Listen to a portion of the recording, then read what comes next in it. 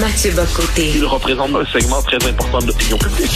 Richard Martineau. Tu vis sur quelle planète? La rencontre. Je regarde ça et là, je me dis, mais c'est de la comédie. C'est hallucinant. La rencontre. Bock-Côté, Martineau. Alors Mathieu, ce soir et demain, Tangente, qui est un regroupement d'artistes du milieu de la danse. Il y a des soirées de discussion. Les gens peuvent rencontrer des danseurs, des artistes du milieu de la danse, leur poser des questions, discuter avec eux. Ce sont des réunions publiques interdites aux Blancs, donc c'est seulement permis pour les hommes, les gens de couleur, noirs ou autochtones. Et c'est écrit sur le texte de Tangente que c'est parce qu'on veut créer un climat sécuritaire. Donc la présence de Blancs dans une réunion publique crée de l'insécurité, Mathieu. Oui, j'ai vu ça, notamment Muriel Châtelier, qui fait un très beau travail à dénoncer la chose, et c'est une manifestation de racisme. Il faut dire les choses comme elles sont. C'est-à-dire, on a été tellement intimidés depuis quelques années par une espèce de discours public à nous expliquer que le racisme n'était plus intentionnel. Le racisme, c'était un système qui se voyait par des effets statistiques, donc la disparité entre les communautés, et que ça ne pouvait devenir que des blancs par rapport aux non-blancs. Donc, d'ailleurs, le mot racisé, le mot racisé dont on utilise souvent, ça veut dire un système qui se prend pour la norme, racise des populations. Donc, les fabriquerait de manière symbolique des minorités raciales.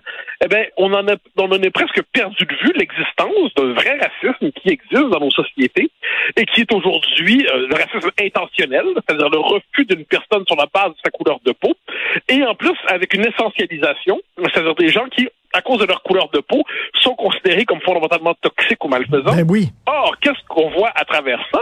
Eh bien, c'est cette idée que la présence de blancs est toxique, la présence de blancs est inquiétante, la présence de blancs n'est pas rassurante, crée un climat d'insécurité. Et là, on voit ça, et c'est présenté avec pour les personnes qui disent BIPOC aujourd'hui, donc c'est l'espèce de vocabulaire pour les nommer toutes les minorités disponibles. Ben, je m'excuse, mais c'est du racisme pur et simple que de bloquer l'accès à un événement à des gens sur la base de leur couleur de peau. Mais puisqu'il y a eu une forme de redéfinition du racisme par la sociologie universitaire, qui est dans les faits une redéfinition qui est purement cynique et idéologique et qui relève de la manipulation du sens des mots. Donc là, quand on est devant du vrai racisme, on ne le nomme plus, ce dont tu me parles aujourd'hui. Et quand on est devant, quelquefois, des phénomènes sociaux très complexes, des disparités statistiques entre les groupes, alors là, on voit du racisme systémique, alors qu'il n'y a pas de racisme, manifestement, la plupart du temps. Mais là, on utilise, donc, on y a une forme d'inversion du sens des mots. Et aujourd'hui, il est donc légitime de dire que les Blancs sont pas les bienvenus dans certaines catégories, dans certains spectacles, certains événements. Ils appellent ça des réunions non mixtes, des réunions protégées, parce que la présence du Blanc avec le regard du Blanc viendrait troubler la quiétude de ceux qui y participent.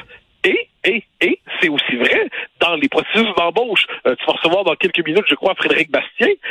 Oui. On le voit dans les embauches universitaires, mais pas seulement. Mais certains postes, c'est dit explicitement que c'est réservé aux non-blancs.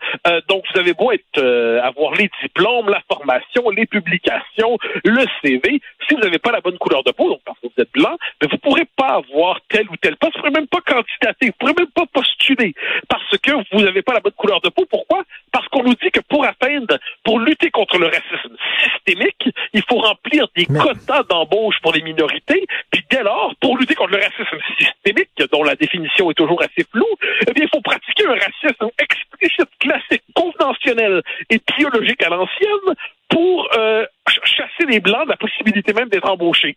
Mais apparemment, ce racisme-là ne choque personne et les autorités ne s'en indignent pas. Ça, c'est un racisme autorisé dans nos sociétés.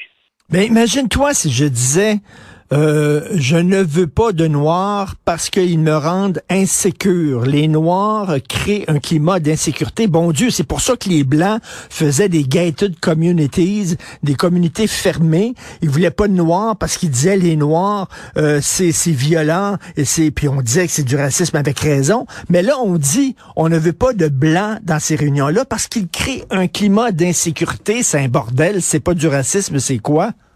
Ah, mais justement, non, mais là, on est dans l'inversion complètement du sens des mots. Tu connais mon obsession à toujours voir la signification qu'on prête aux mots qu'on utilise dans l'espace public. Et là, on est dans un environnement où, globalement, l'universalisme, c'est-à-dire appliquer la même règle pour tout le monde, c'est vu comme du racisme aujourd'hui, parce qu'apparemment, ça ne tiendrait pas compte des inégalités structurelles entre les groupes. L'identité nationale, c'est vu comme du racisme parce que ça viendrait donner une densité culturelle à une communauté politique. Ça refuserait de la réduire à cette dimension juridique. Par exemple, si on dit aussi que certaines cultures s'intègrent moins bien que d'autres au Québec, ça on nous dit que c'est du racisme différentialiste. Bon. Mais là, quand on est... Donc là, on multiplie les définitions du mot racisme pour ne pas nous faire voir le fait que le racisme brutal, le racisme qui consiste à rejeter quelqu'un sur la base de sa couleur de peau, celui-là, il est non seulement toléré, mais il est encouragé, il est financé, il est institutionnalisé, il est financé par les fonds publics. Donc, et c'est pas exclusif au Québec, hein. C'est comme ça un peu partout dans le monde occidental, mais chez nous, ça nous frappe évidemment particulièrement parce que nous utilisons nos propres fonds publics pour financer un système discriminatoire contre la partie de la population qui est censée porter la marque du diable, c'est le terrible homme blanc hétérosexuel. Et là, on aurait envie de répondre à ces partisans de ce nouveau racisme, mais en fait, de ce racisme qui n'est jamais nommé, sur quelle base vous permettez-vous de rejeter quelqu'un simplement sur la base de sa couleur de peau?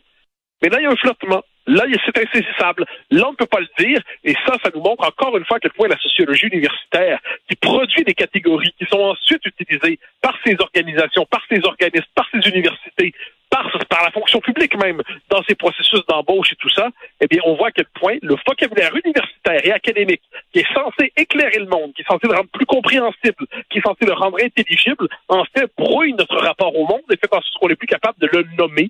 Et ça, pour moi, tu sais, le monde intellectuel, c'est un monde que je fréquente, c'est un monde auquel j'appartiens, c'est un monde que j'estime théoriquement, mais c'est un monde qui est capable, on l'a vu au 20e siècle, oui, de produire des faussetés qui sont institutionnalisées, qui s'expriment dans une espèce de langage, un jargon, qui maquille le rapport au réel, qui l'inverse le rapport au réel. Je m'excuse, mais l'antiracisme universitaire aujourd'hui, c'est très souvent un racisme anti-blanc qui ne dit pas son nom. Et en plus encore, quand on dénonce ce racisme qui vise les Blancs, on nous explique qu'on verserait dans le racisme parce que le racisme anti-blanc, nous disent certains analphabètes qui sont présents sur Twitter, mais pas seulement sur Twitter, dans l'université, ils vont nous dire le racisme anti-blanc, c'est une théorie d'extrême droite. Non, juste soyons sérieux, arrêtez de coller des étiquettes débiles, genre extrême droite à tout ce que vous n'aimez pas, puis expliquez-moi pourquoi c'est légitime de discriminer contre un blanc parce qu'il est blanc. Oui, mais c'est une théorie d'extrême droite. Non, on va dire c'est le Front National, c'est Jean-Marie Le Pen et qu'en sais-je. Non, expliquez seulement pourquoi c'est légitime de discriminer contre un blanc. Eh bien, normalement, les espèces de les commentateurs progressistes et les intellectuels de gauche qui vont utiliser ces catégories-là ne répondent pas aux questions. Ils préfèrent coller des étiquettes pour fuir la possibilité même de répondre à ces questions-là parce qu'ils savent que ça les mettra en difficulté. Mais écoute, il y a des gens qui sont anti-intellectuels puis qui disent les intellectuels, tu sais, ils vivent dans les nuages, ils sont déconnectés de la réalité, ils se construisent des châteaux en Espagne comme on dit là, puis ils sont perdus dans leurs abstractions. C'est pas faux. Le milieu intellectuel, comme je dis, je ne ferai pas le procès d'un métier qui est à peu près le mien, mais je constate qu'au 20e siècle, aujourd'hui, globalement, les intellectuels, j'entends par là ceux qui se mêlent de l'espace public, je parle plus même bien aujourd'hui, vu ce que deviennent les sciences sociales, je dirais ceux qui évoluent dans les sciences sociales en général, se sont plus souvent trompés qu'ils n'ont eu raison. C'est le 20e siècle. La grande passion des années 50, c'est Jean-Paul Sartre. Jean-Paul Sartre, à cette époque-là, était favorable à l'Union soviétique. Jean-Paul Sartre était philo-communiste, compagnon de route du communisme. Ensuite, dans les années 60, on pourrait faire la liste des paradis prolétariens auxquels ils se sont ralliés, des intellectuels de gauche. Il y a eu Cuba, il y a eu la Chine. La passion pour la Chine de Mao, c'était quand même quelque chose.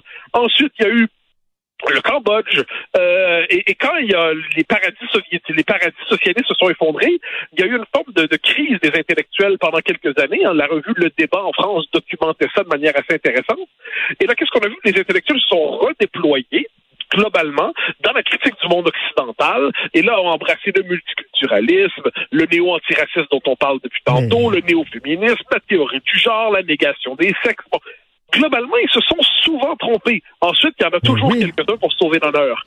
Rémoire, Julien, Freund, Jacques Ellul, Alain Finkiel, Claude Pierreman, Marcel Cauchet, Pierre Nora, Pierre-André Taguieff, au Québec, Jacques Beauchemin, au Québec, Marc Chevrier, au Québec, Guillaume Rousseau, au Québec, on va en nommer comme la nouvelle génération dont on parlait l'autre fois. Mais ils sont minoritaires, ceux-là, dans leur milieu. Et là, Mathieu, on veut purifier le discours public. Quand c'est ça l'affaire, là, on veut purifier Facebook et Twitter.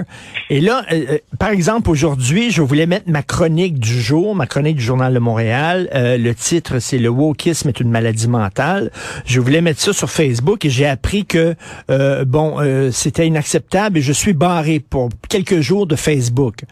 Je suis des mois barré. Pendant ce temps-là, tu peux avoir des offres d'emploi pour noirs seulement. On veut pas de blanc. Ça passe sur Facebook.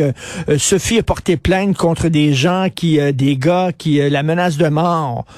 Facebook n'a pas répliqué. Ça passe sur Facebook. Tu sais, à un moment donné, c'est n'importe quoi, là. Ah non, mais regarde, la logique de censure, là, on pourrait amener ça presque au cas Elon Musk. Pourquoi là, ça panique pour plusieurs sur la prise de pouvoir par Elon Musk sur Twitter depuis quelques semaines?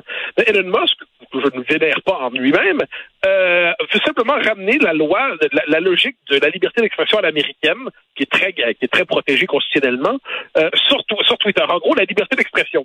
Et là, une bonne partie du commentariat de gauche s'en indigne en disant « Oh là là, les propos haineux, les propos haineux ». Et là, plusieurs sont intimidés en disant « Ah oui, les propos haineux, en effet ». Eh bien, qu'est-ce qu'on voit? C'est que ta chronique d'aujourd'hui, qui est excellente, ta chronique, il n'y a rien de haineux, ta chronique est une critique d'une idéologie, eh bien, c'est traité comme un propos haineux qui vaut censure et suspension.